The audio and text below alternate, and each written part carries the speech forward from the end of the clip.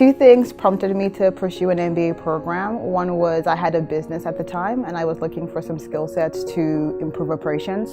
And the second was my family already had the expectation that I would do an MBA.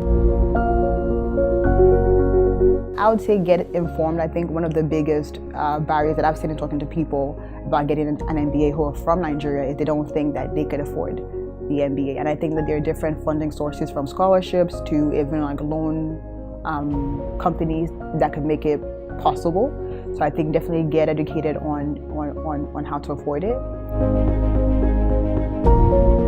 For people who are looking at starting their MBA journey or the application process, my advice would be, first of all, look at the school website. I think that especially for people in Africa, you're able to see when the school is traveling to your city, and you can meet, admissions people or maybe alumni, for example.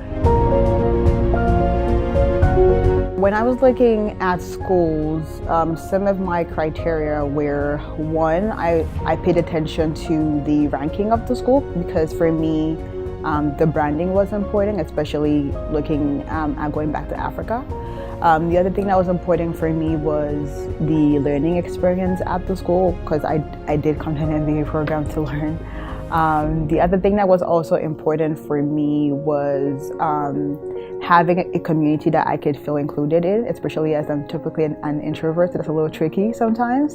And I think I did get the three of those things here at Booth.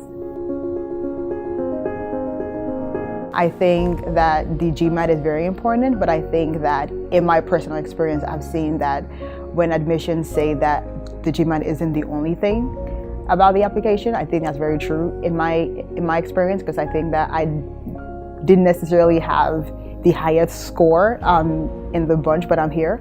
So I think that definitely paying attention to the full application is equally important as getting the right GMAT score, if you will.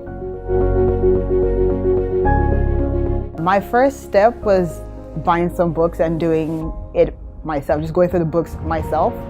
And after a while, I decided to sign up for a prep class just to fine-tune some of my skills. And I definitely advise doing it that way, because I feel like the classes sometimes move faster or fast. And so if you haven't done like the pre-work before, especially coming 5 or 6 years out of college, it may not be as useful for you to dive into a program.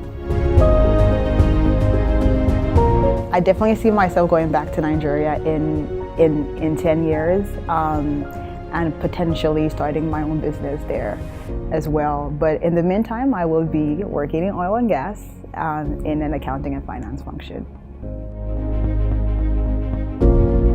It's doable, it's possible, it can happen. And I think that's, the biggest takeaway for my friends in Nigeria.